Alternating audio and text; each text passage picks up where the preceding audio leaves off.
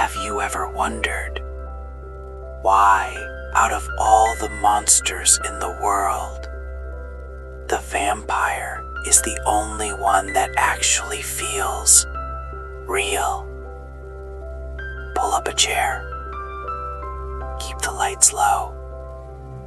Because tonight on the Audiocast, we aren't talking about Hollywood monsters. We are talking about flesh and blood. Most people think Dracula is just a story about a count in a spooky castle. But here is the first thing they don't tell you. The real Dracula, Vlad Dracula, the Prince of Wallachia, didn't just inspire the horror. He was infinitely worse than the fiction. Imagine it is the year 1462. You are a soldier in the massive Ottoman army, the most feared military force on Earth.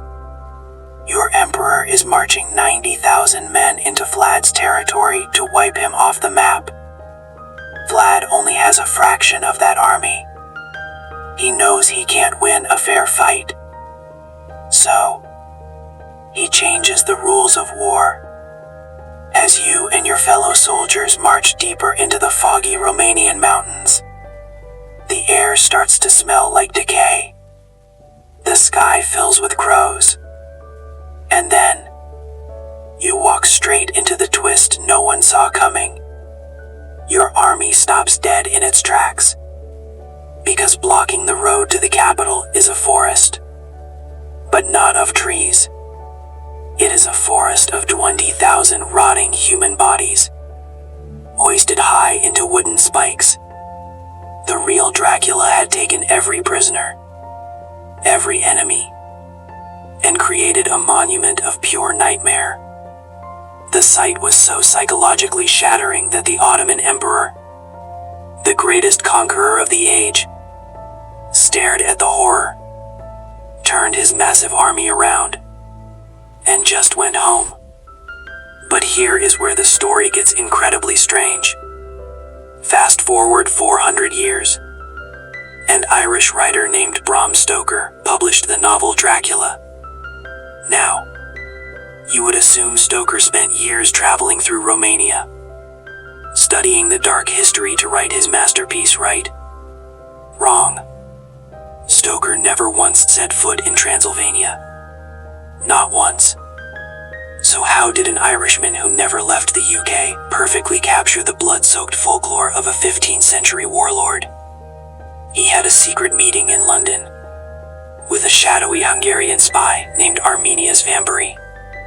This spy whispered the ancient, forbidden legends of the Impaler into Stoker's ear.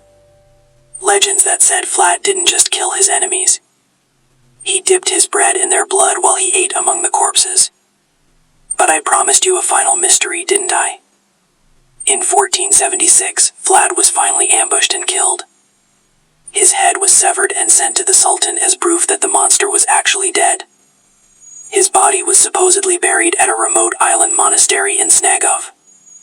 The story should end there. Except, in 1931, a team of archaeologists traveled to that exact monastery. They lifted the heavy stone slab covering his tomb to study the remains. They looked inside and found it completely empty. No armor, no clothes, no bones, just a few decaying animal remains. To this day, no one knows where the body of the real Dracula actually is, or if it ever really stayed in the ground at all. Sweet dreams.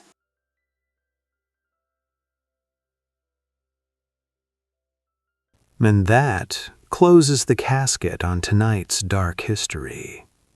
But hey, if you ever happen to find a real Dracula out there in the world, make sure to contact us right here in the comments. We definitely want to know. If you survived the video this far, do ensure to subscribe to the Audiocast. We have a lot more terrifying true stories and unsolved mysteries coming your way very soon. Drop a like if you enjoyed the nightmare. And until next time, stay safe in the dark.